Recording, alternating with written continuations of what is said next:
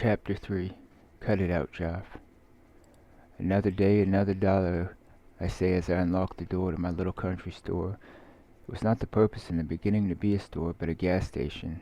But as time went on, I could not resist making a complete store after noticing most of the children in the town spending more money than meeting their needs. This must be money. I stocked it with all types of stuff they requested. Soda, chips, smokes, movies, anything else they would want after school. Big money. And not only big money, but I love my job. I love it so much most of the time my store is open. Excited to walk in, I flip on the light switch. I look up and notice the bells tied to the door. I tied them to the door so they would sound as the customer walks in. Flip, the lights are on. Wonderful goods fill my nostrils. Coffee, pastries, and candy. Good. It looks the same as when I closed, clean and ready for customers. I toss the money bag on the checkout counter. I walk over to the cooler and take out a fresh cola soda. I twist and pop off the lid, one sweet guzzle after another. Therefore, I love this store a lot. Not only do the children love me to supply their needs, especially for sweets, but it gives me the power to supply my own desire for sweets. This all done by listening to my parents. The people need a gas station, they would say. So that is what I did. I gave them a gas station, as well as a munchie shop for the other children. Before I forget to mention, I love my parents. I set my eyes fixed on the latest music videos. I look up, I look at the cash register I just recently put money into. I never leave money in the store. Every night it goes home with me. If there's extra, to the bank it goes. The bells on the door ring. I get up off my seat. Chuck, I welcome as he enters the store. Hey Joffrey, how's business? Chuck asks. Great, just got a fresh stock candy and smokes, I answer. How much did you spend? Chuck asks. $700. Why, what are you thinking about opening up a store? No, I simply knew you wanted to tell someone, Chuck answers. I add, yeah, $700 and this all profit from the past several months. Nice, Chuck says and adds, can I get a pack of Reds? I pull a pack off the top rack, the shelf above my head. What are you watching? Chuck asks.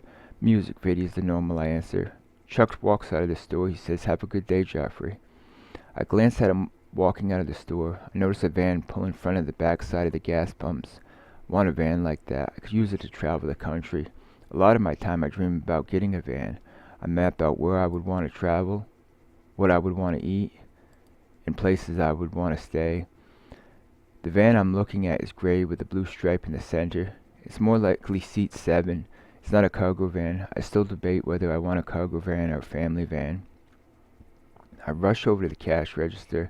As the van owner walks into the store, ding ding, the upper doorbells ring. I give the van driver a friendly nod. He tosses a $20 bill on the counter. He walks opposite of me, out the door and towards his van. I notice I'm hungry. I walk over and gaze at the fresh jockey stick I just ordered. Fresh jerky off the stock truck.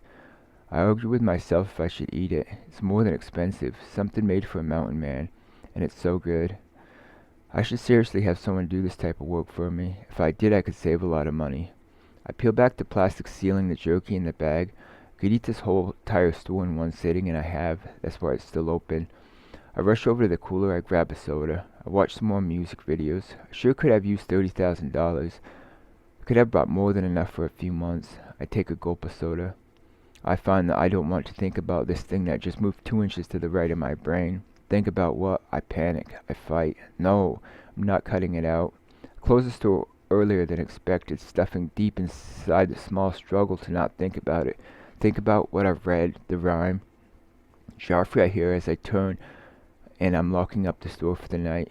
Who could this be? Do you mind one last customer, Mag asks.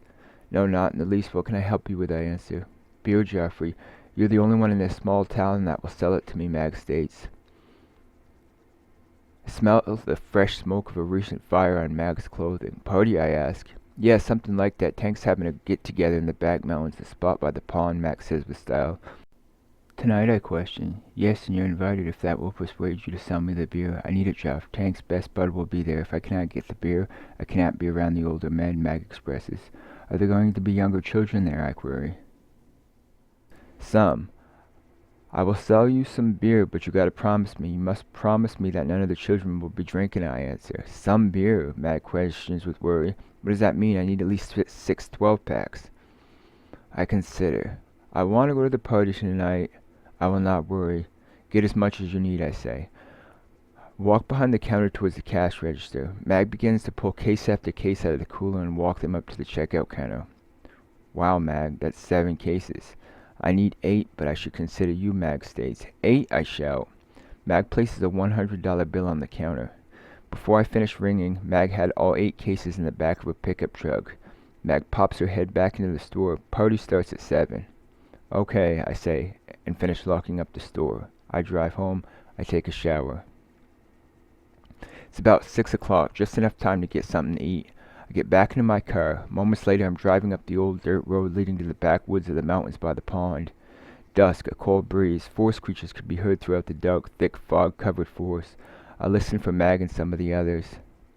I wonder where the cars could be. I begin to walk down the narrow path that leads to the pond. I hear people. Yeah, Mag, Joff, and the rest. I make myself known. Joffrey, the others express. Joff yells, Joffrey, good thing you came. I walk to the small cooler. I open it up. I grab a beer. I play with the top of the beer can for a moment, recognizing it could be a long night. I pop open the can of beer. What are we eating tonight? I shout, fitting myself in with the others. Fish, Mag answers. Going for a swim, I say, taking off my shirt. Six says, hold on for a moment, Joffrey. We gotta drink some beer first. Swimming just isn't swimming unless we're intoxicated. The others laugh. Oh yeah, I mumble. I walk over to Stick and sit down on the logs placed next to the fire, greeting the others that were sitting. I guzzle my beer. I pop open the second. I guzzle the second beer. Hold on a moment, Joffrey. We got all night, Stick says. No, drink yours, I say. Stick, being challenged, begins to guzzle his beer. We both guzzle in some sort of deer. Others begin to follow. 4 beers later, I say, now we swim. 4 of us rush under the water. We begin splashing and kidding. I splash Mag in the face. Cut it out, Joffrey, Mag cries. Cut it out. I pause for a moment. What'd you say? I yell and begin walking out of the water. Where are you going, Joffrey? I hear someone from behind me ask. I reach the shoreline and begin to walk up the small hill leading to the dirt path, the one that leads to my car. I fall to the ground. The world around me is spinning. Oh no, I drank too much beer. I vomit. I sleep. Birds chirping. I notice I'm full of body sweat. I'm soaked. The morning's light is as a furnace. My back hurts. The ground was lumpy. I did not consider that I would have slept the entire night in that spot. Rocks are everywhere. I see the others, partly awake, sitting next to the fire. I begin to walk towards them. Joffrey, Joff yells. I throw my hands up, a sign to say I hear him. Munchies spread throughout the fire pit. Nothing that will satisfy the nausea inside. What happened last night, I ask. I do not know, Joff. You seemingly passed out. We went up, but you refused to wake, Mad boldly says. Another interrupts. You kept murmuring in your sleep, something about not cutting it out. Mag says you said a couple of times I will not cut it out. All looked at me confused. I must play cool. I do not want anyone finding out. Plus, I am nauseous. I gotta get home, I say. What are you sick, Mag asks. Horribly sick, Mag, I answer. Turning my back, I begin to walk towards the narrow path leading to my car. I cannot drive home, my body screams. Hang in there, I say to myself. I find my car. I get inside. The smell of my car freshener meets me as I open the door. I sit down. I place my hands on the steering wheel. My head soon follows. 10 minutes later, I wake back up. Sweat is pouring off my head. I look at the thick leafy forest in front of me. Sunlight peeked in and out of the trees as they moved in the wind. Bird calls everywhere. This is not the place to be now, not in my drunkenness. Last night's alcohol and this morning's sun makes an extremely regrettable moment. I pop the automatic transmission into reverse. I back up. I drive back down the old dirt road I came from. I gotta get home. I'm supposed to be at work in the store now. Not exactly though, but I should have it open at 10 o'clock. I rush into my apartment. My head still spinning from the drinks last night. I strip naked and rush into the shower, hoping the cool water will wake reality up and scream I am alive. As I'm about to leave for the store, I notice my phone answer machine light is blinking. I should check it. I press the play button. Joffrey, it's Matthew. I've been spending $30,000 and I'm having the time of my life. Where you at? I want to come back up to Vermont to your new home. I'll be there this weekend. You cannot say no. Bye. Beep. End of new messages. I rush out of the door. I get into my car. Without a thought, I rush to work. I look at my watch as I get out of my car. 9:30 in the morning. I quickly open the store. I take delight in putting up the open flag in front of the store.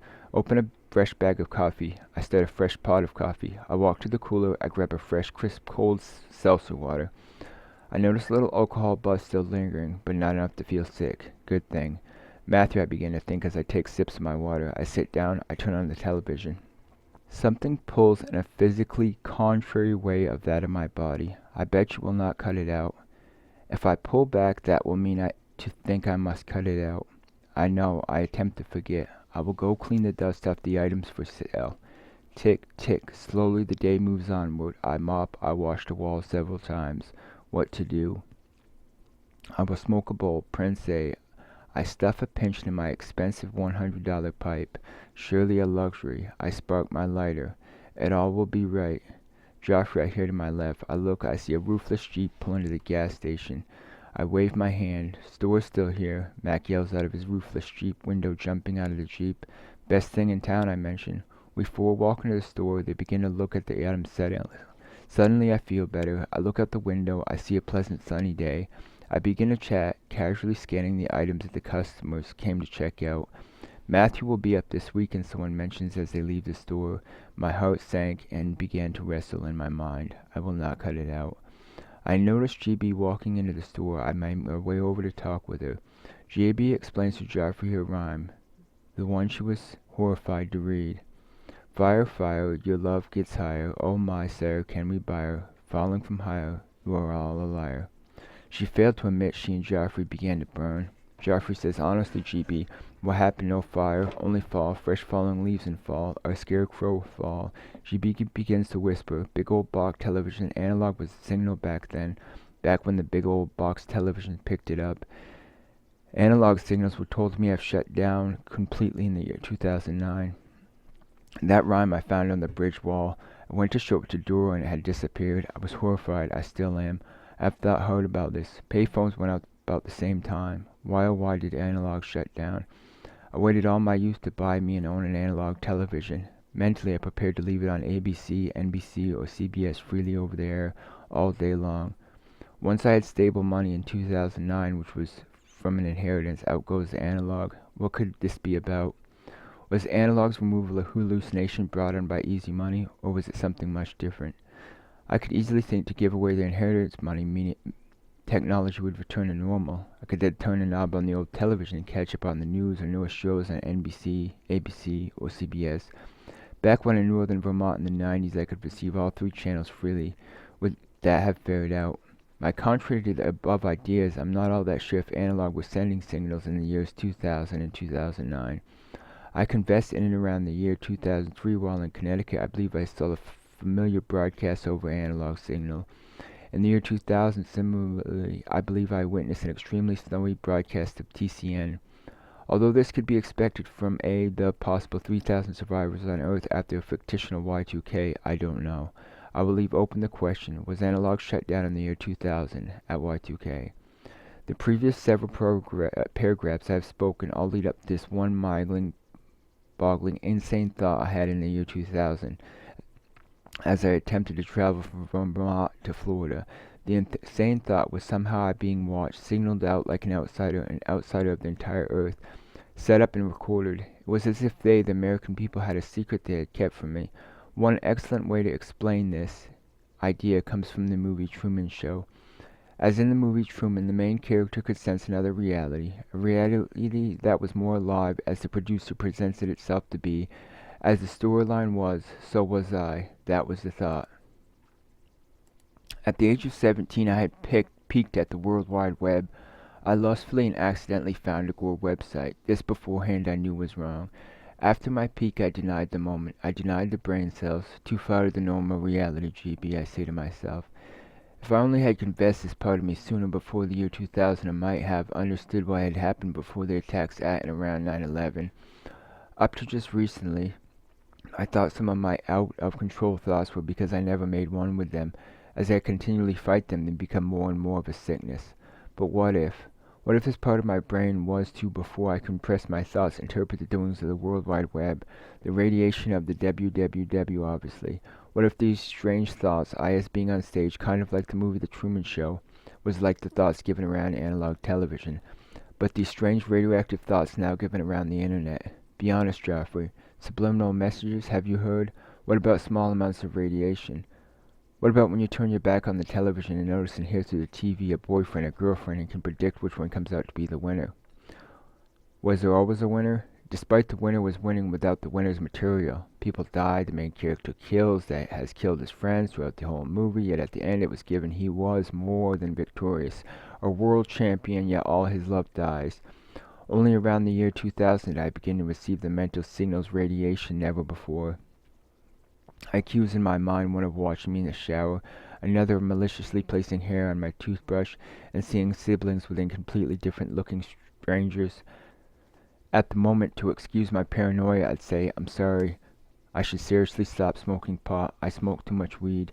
To myself at the time, I was attempting heavy, deep religious activities, or compress any thought that contradicted innocence, purity, and goodness. I took awareness and laughed at it. The more I laughed at awareness, the more the problem grew, so much so I could hear my own thoughts as if another was speaking. I never truly spoke sincerely about the thoughts or loud thoughts to anyone, not in the least that the doctors at home diagnosed me with schizophrenia.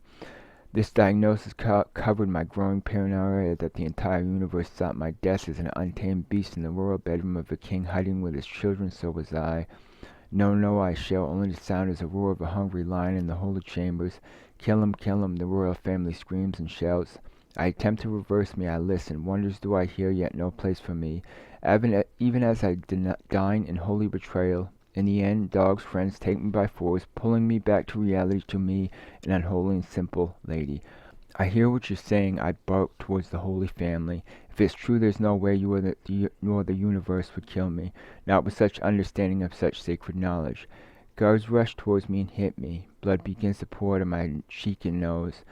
I snicker, figuring good exchange for the uncontrollable, sacred hidden knowledge I cunningly stole.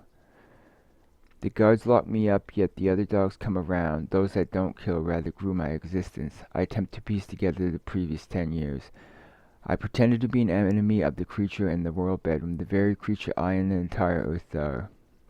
Now do I see analog, I see the truth behind the utter stupidity as I watch hundreds of people recycle their costly box televisions with something that appears to have come out of the movie Star Trek. Is this what happened to the 90s? Only you can solve this question for yourself, for your experience. As for me, I will be hiding behind the question, GB says in a tone of mystery. Thanks for listening, GB says.